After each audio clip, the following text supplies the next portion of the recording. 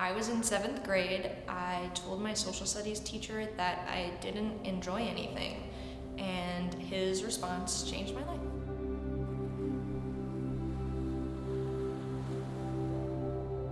My name is Eve Green, and I am a photographer.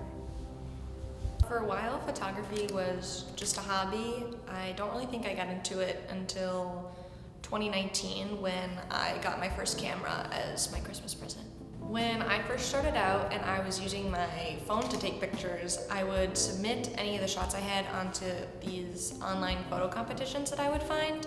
And after doing that for a while, I got featured in my first digital expo, and I also got featured in a magazine. Once I got my camera, I started taking pictures for a climbing gym that I worked at. I would run their Instagram and also take pictures of the climbing competitions that would happen.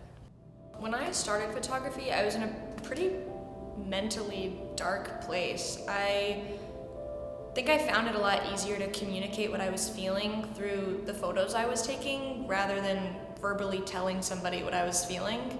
And as I started doing photography more often, and as I started taking pictures of people that weren't myself, I realized that I could communicate other people's feelings through photography as well, and I became really drawn to just capturing that raw emotion within people, and I found that a lot better and more pleasing than a pose shot.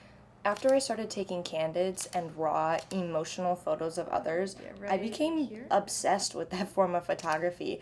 I realized that that's what I really wanted to do with my life, and I made it my goal to become the voice of those who didn't have one.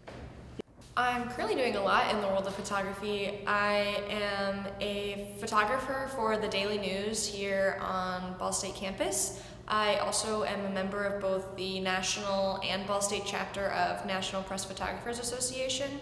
I do a lot of freelance through them, and I'm also an executive of the club here. I am also a volunteer photographer for Progress Rail, which is a company located outside of Muncie.